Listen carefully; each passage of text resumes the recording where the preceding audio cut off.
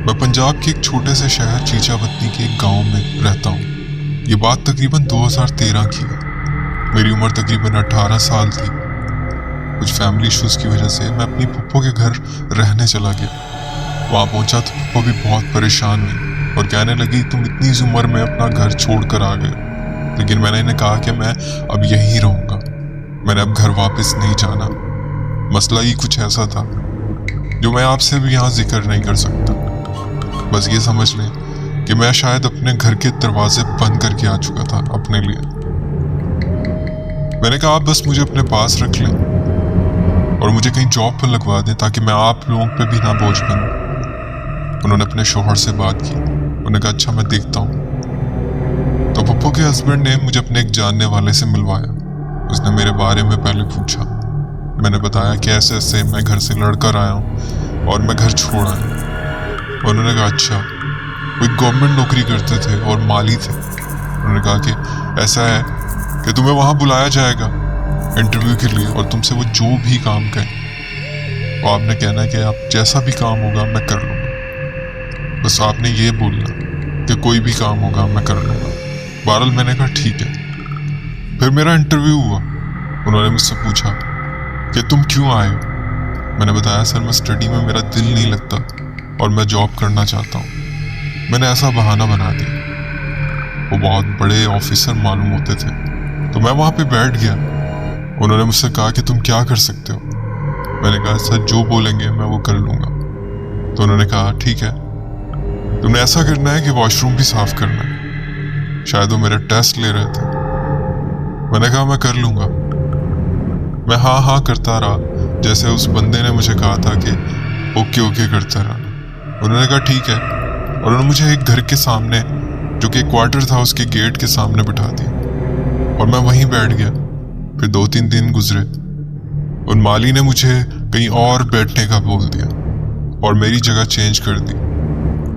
फिर कुछ दिन बाद वही ऑफिसर अपनी गाड़ी में आता है और मुझे देखता है मैं उस जगह बैठा और ड्यूटी कर रहा हूँ। वो कहता है कि तुम्हें इधर किसने बैठने को कहा। मैंने उसको बताया कि ऐसा ऐसा है कि वो माली हैं, उन्होंने मेरी जगह चेंज की। वो मुझ पर बड़ा गुस्सा हुए। उन्होंने गाड़ी में बिठाया। उसने मेरी एज का भी लिहाज नहीं किया। वो मुझे एक जगह पर ले गया। वहाँ मॉर्चरी बनी हुई थी यानी कि मुर्दा खाना, और मुझे वहाँ पर बाहर बिठा दिया। उसने कहा कि बस तुमने यहाँ बैठना है और यहीं ड्यूटी देनी है और कोई काम नहीं है तुम्हारा, बस बाहर बैठे रहना। जब उसने वहाँ मुझे बिठाया और वहाँ मुझे छोड़कर चला गया, वो जगह इतनी सुनसान और दूर दूर तक कोई आबादी नहीं। वो बीच में अलग थलग एक मॉर्चरी बनी हुई थी। अच्छा मुझे वहाँ नाइट ड्यूटी करनी थी। रात के वक्त भूख आलम होता था। एक बल्ब जल रहा होता था। एक बड़ा सा हॉल था मॉर्चरी का जहाँ पर मुर्दे रखे होते थे। बाहर उसके सामने कुछ दूरी पर एक नलका लगा हुआ था, उसको भी लॉक लगा हुआ था और एक कुर्सी रखी हुई थी। मैंने बस हिम्मत जुटाई और फिर दिल सोचा कि अब मैं पीछे तो नहीं जा सकता और मैं उस कुर्सी पर बैठ गया। वहीं मैंने रात गुजारी। पूरी रात मुझे ऐसे लगता रहा कि अंदर कोई घूम रहा है। खौफ इतना ज्यादा था कि मैं बता नहीं सकता। कभी दिल करे यहाँ से भाग जाऊं, लेकिन आसपास का मंजर इतना खौफनाक था कि जाऊं भी तो कहाँ, मुझे तो समझ भी नहीं आ रही। बहरहाल कैसे तैसे मैंने रात गुजारी और दूसरी रात आ गई। जब रात के 11 बजे तो मुझे एक वाइट कलर के कपड़ों में एक शख्स नजर आया। उसकी दाढ़ी थी, वो बड़े नौरानी चेहरे वाला शख्स था। मेरे पास आया। उसे देखकर मेरी सांस रुकने लगी। इतने सुनसान इलाके में ये शख्स कहाँ से आ गया। खैर वो मेरे पास आया। उसने मुझसे पूछा, कौन हो तुम। मैंने कहा, मैं ऐसे ऐसे आया हूँ और मुझे यहाँ की ड्यूटी दी गई है। तो उसने कहा ठीक है। उसने मुझे अपने गले से एक तख्ती निकाल कर दी और कहा, इसे गले में पहन लो और यहाँ पर कोई भी आकर कुछ भी कहे, कुछ भी, तो बस तुमने इग्नोर करना है, डरना बिल्कुल नहीं है। वो तुम्हारा कुछ भी नहीं बिगाड़ सकेंगे। उसने जब ये बात कही तो मेरा ऊपर वाला सांस ऊपर और नीचे वाला नीचे रह गया। फिर उसने मुझे दुआ दी और अंधेरे में कहीं चलते चलते गायब हो गया। मैं उसके पीछे भागा कि मैं उससे पूछूं कि इसका कोई हल है, मैं घर वापस जा सकता हूँ, मगर वो आंखों से ओझल हो गया था। फिर जो उसने तख्ती दी थी वो मैंने अपने गले में डाल ली।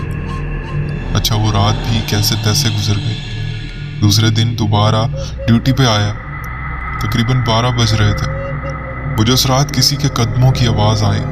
मुझे उस रात ऐसा महसूस हुआ कि कोई मेरे पास से गुजरता हुआ उस मॉर्चरी के पीछे चला गया। उसके कदमों की आवाज़ मैंने साफ सुनी। वहाँ पे कुछ सूखे पत्ते पड़े थे। जब उस पर कोई चलता हुआ गया, उन पत्तों की छड़छड़ाहट मैंने साफ सुनी और मुझे वाज़िह तौर पर फील हुआ कि कोई यहाँ से गुजरता हुआ गया, पर बज़ाहिर वो मुझे नज़र नहीं आ रहा था। मैं नींद में था, मगर मैं बहुत डर गया और अटेंशन होकर बैठ गया। मुझे सरगोशियों में ऐसा लगा जैसे किसी ने मेरा नाम पुकारा। प्रदीप, प्रदीप, प्रदीप।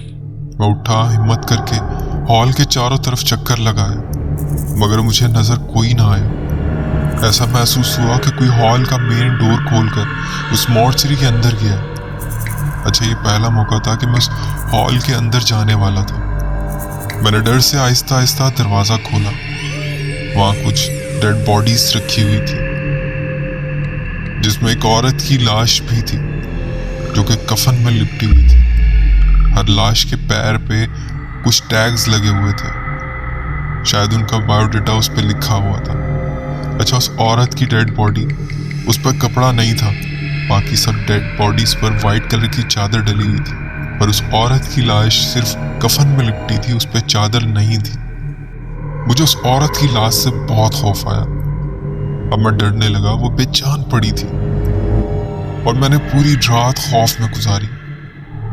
मैंने क्या किया कि मेरे पास एक रेडियो था जो मैं नेक्स्ट डे अपने साथ ड्यूटी पर ले गया, ताकि इसकी आवाज़ से मेरा कुछ खौफ कम हो, क्योंकि मेरे साथ और कोई बात करने वाला नहीं था।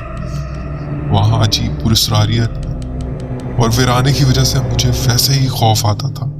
तो ये रेडियो चलता रहेगा तो शायद मेरे खौफ में कुछ कमी आए। अगली रात भी ऐसे ही हुआ कि मैं डरते डरते ड्यूटी पे पहुंचा और ऐसे बैठे बैठे मुझे नींद आने लगी। मुझे फिर अंदर किसी के चलने की आवाज़ आई और काफ़ी देर आई।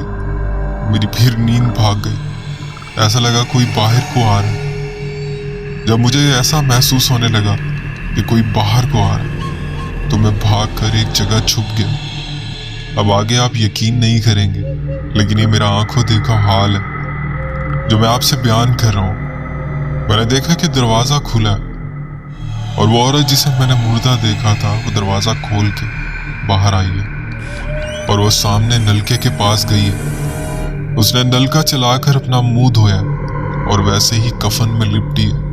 मेरी हिम्मत नहीं पड़ रही थी उसके पास जाने की। उसने मेरा नाम लिया और अपने ध्यान में थी, मेरी तरफ देख नहीं रही थी। अब मैं ये मंजर छुप कर देख रहा था। में उसने मेरा नाम लिया, लेकिन उसकी नजरें मेरी तरफ नहीं थी, वो अपने काम में मसरूफ थी। उसने कहा, रतीब आ जाओ बाहर, मुझे पता है तुम कहाँ छुपे हुए हो। मैं चूंकि वहीं डर से सहमा हुआ था, उसे देख रहा था। अब मैंने वहीं से उसे आवाज दी। पहले तो मेरे मुंह से आवाज ही नहीं निकल रही थी। कौन हो तुम और यहाँ क्या कर रही हो? उसने मुझे कोई जवाब नहीं दिया। मैंने फिर से कहा, कौन हो तुम? उसने मुझे कहा, तुम्हारे गले में जो चीज लटकी हुई है वो उतार दो, वो बिल्कुल अच्छी नहीं लग रही। एक तो मैं वैसे ही खौफ में था और दूसरा उसने मेरा नाम लिया। उफ, जैसे अभी मेरी जान निकल जाएगी। मैंने डरते डरते थोड़ी हिम्मत जुटाई और कहा कि तुम्हें कैसे पता मेरा नाम? उसने मुझे कहा, मुझे तुम्हारा नहीं, तुम्हारे खानदान का भी पता है, तुम्हारी फैमिली मेंबर्स का भी पता है। उसने एक एक करके मेरे घर वालों के नाम बताना शुरू कर दिए। उस दिन मेरे पांव ऐसे कांप रहे थे, मैं क्या बताऊं। उसने मुझे 2-3 दफा कहा था ये गले से उतार दो, और मैंने उसकी बात नहीं मानी। उसके बाद वो चलते हुए उस मॉर्चरी की तरफ गई और दरवाजा खोल के अंदर चली गई। मैंने उसे अंदर जाते हुए देखा। अदनान, वो मॉर्चरी माइनस में उसका टेम्परेचर हुआ करता था, यानी कि अगर आप कुछ सेकंड भी वहां खड़े हो जाएं तो आप सर्दी से कांपने लग जाएं। लेकिन उसमें कोई इंसान कैसे रह सकता है? डरते डरते मैंने उसका पीछा किया और फिर कुछ देर बाद जब मैंने मॉर्चरी का दरवाज़ा खोल कर देखा तो वो औरत उसी हालत में जिस हालत में वो डेड थी वैसे ही अपनी जगह पर डेड पड़ी थी। और आप यकीन करें, दरवाजे के पास खड़ा था, मुझे अजीब सी एक लहर अपने पास से गुजरती हुई महसूस हुई, जैसे कोई हवा सी मुझसे टकरा कर बाहर को निकली। वो फीलिंग्स मैं आपसे बयान नहीं कर सकता। अदनान, मैं इंतहा का डर गया था। कैसे तैसे मैंने वो रात गुजारी। मैंने उस माली को नहीं बताया था कि 2 दिन ही हुए हैं, ऐसा ना हो कंप्लेन करूं और ये मुझे जॉब से ही निकाल दे, और फिर मुझे घर जाना पड़ेगा और घर वालों की भी टेंशन थी कि वो मुझे बातें सुनाएंगे। मैं फिर भी अपने इरादे पर पुख्ता रहा कि जॉब यहीं करनी है। दूसरे दिन तेज हवा चल रही थी और तूफानी बारिश शुरू हो गई। वो औरत उस टाइम अंदर से आई और उसने आकर कहा, प्रदीप, तुमने अभी तक ये तख्ती अपने गले से क्यों नहीं उतारी? फिर मैंने कहा, तुम हो कौन और तुम्हें तो मुर्दा देखा था मैंने अंदर। तो उसने कहा कि मैं एक जिन हूँ जो इस औरत के जिस्म में दाखिल हो जाता हूँ। जब उसने ये बात मुझे कही तो मैं ये सुनकर बेहोश हो गया और तकरीबन सुबह के 6 बजे आँख खुली तो वो माली और कुछ ऑफिसर्स थे जो मेरे सर के पास खड़े थे। उन्होंने पूछा क्या हुआ था रात को। मैंने उन्हें पूरी बात बताई। शायद उन्हें भी पता था या नहीं, खैर खौफ उनके चेहरे से भी साफ वाज़ह हो रहा था। खैर उन्होंने मुझे कहा कि तुम अब यहाँ नहीं बैठोगे। वो मुझे हॉस्पिटल ले गए। मुझे लगा रेस्ट देंगे, लेकिन जिस ऑफिसर ने मुझे डांटा था और जिसने मेरा इंटरव्यू लिया था तो उसने मुझे कहा कि अब तुम यहाँ ही रहोगे, यहाँ ही काम करोगे। अब मेरे जहन में वही वाकया चल रहा था। मैंने उन्हें कहने की कोशिश भी की मगर मेरी जुबान से नहीं निकल रहा था कि मैं जॉब नहीं करना चाहता। 2 दिन मुझे रेस्ट दिया गया। तीसरे दिन उन्होंने मुझे कहा कि आप यहाँ बैठो हॉस्पिटल में। खैर वहाँ पर अच्छी खासी लाइट्स थी, लेकिन मेरे दिमाग में यही चल रहा था कि उसने मुझे कहा था कि मैं एक जिन बताता चलूँ। वो एक बड़ा सा हॉस्पिटल था। रात के वक्त मेरे अलावा उस वार्ड में कोई नहीं होता था और वहाँ पर प्राइवेट रूम भी बने हुए थे जिन पर नंबर्स लिखे हुए थे। रात में हू का आलम होता था। लाइट्स तो चल रही होती थी, लेकिन फिर भी उस हॉस्पिटल की पुरसरारियत वीरानियत बहुत ज़्यादा होती थी। जो भी मरीज आते वो सुबह के टाइम ही आया करते थे।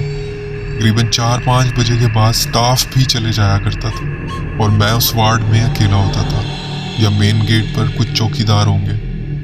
बहरहाल जी, मैं अब वहाँ पर ड्यूटी अंजाम दिया करता था। काम तो मेरा कोई नहीं होता था। मैं सोने की कोशिश कर रहा था और उन रूम में से 18 नंबर रूम, उसके डोर पर नॉक होता है। पूरा हॉस्पिटल खाली, फिर ये नॉक कौन कर रहा है? मैं आहिस्ता आहिस्ता उस रूम की तरफ बढ़ता हूँ। बहुत करीब जाने पे वो नॉकिंग की आवाज़ एकदम से बंद हो जाती है। अच्छा, वो दरवाज़ा थोड़ा सा खुला हुआ भी था। मैंने थोड़ा अंदर झांका। अंदर अंधेरा था, लेकिन एक 0 वॉट का बल्ब जल रहा था। अंदर का मंजर बहुत ही हौलनाक लग रहा था। अंदर का मंजर कुछ इस तरह था कि अंदर एक चेयर और एक टेबल पड़ी थी और साइड में एक कबर्ड था जिसमें बुक्स ही बुक्स रखी हुई थी। मैं जैसे ही उस रूम में एंटर होता हूँ और थोड़ा आगे पहुँचता हूँ तो मुझे अपने पीछे से ऐसी आवाज़ आती है जैसे कोई कागज़ों के साथ छेड़छाड़ कर रहा हो।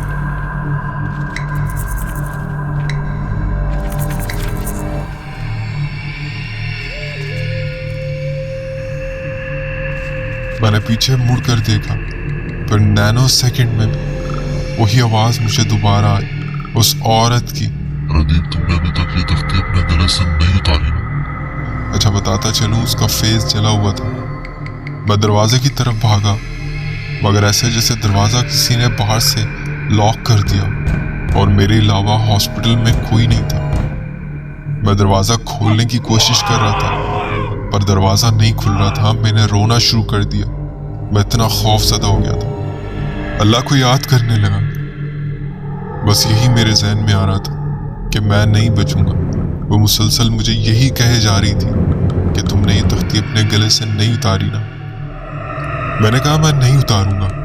और तुम कौन हो? मैंने तुम्हारा क्या बिगाड़ा है? मैं तुम मेरे पीछे क्यों लग गई हो? उसने कहा बस तुम इसे गले से उतार दो, और मैं दिल ही दिल विर्द करता रहा। और फिर उसने मुझे ऊपर से ये भी कहा हुआ था कि मैं एक जिन हूँ। जैसे ही वो मेरे करीब आती है, उसने मेरे हाथ पर एक उंगली टच की, जो कि मेरा लेफ्ट हैंड था। मेरा हाथ जैसे जल गया, मैं बेहोश हो गया। सुबह जब मैं होश में आया तो सबने पूछा क्या हुआ था। मैंने हिम्मत करके कहा कि मुझे यहाँ नहीं रहना, मुझे ये जॉब नहीं करनी। वो जो माली था उसने जैसे तैसे करके मुझे घर वापस भेज दिया। मैंने पप्पू को आकर बताया और पप्पू ने भी मुझे घर जाने दिया। घर आकर मैंने अपने वालिदैन से माफ़ी मांगी और कहा कि मुझे माफ़ कर दें, आप लोग परेशान थे। आज 2023 में चल रहा है, आज भी वो वाक़या मुझे याद आता है, मेरा दिल कांप जाता है। और जहाँ उसने मुझे मेरे लेफ्ट हैंड पर टच किया था, उसका निशान आज तक मेरे लेफ्ट हैंड पर मौजूद है, जिसकी पिक्चर मैं आपको भेज रहा हूँ। दोस्तों, इन्होंने मुझे एक अपनी पिक्चर भी भेजी है जो मैं आपसे शेयर कर रहा हूँ। ये स्क्रीन पे आपको शो हो रही होगी।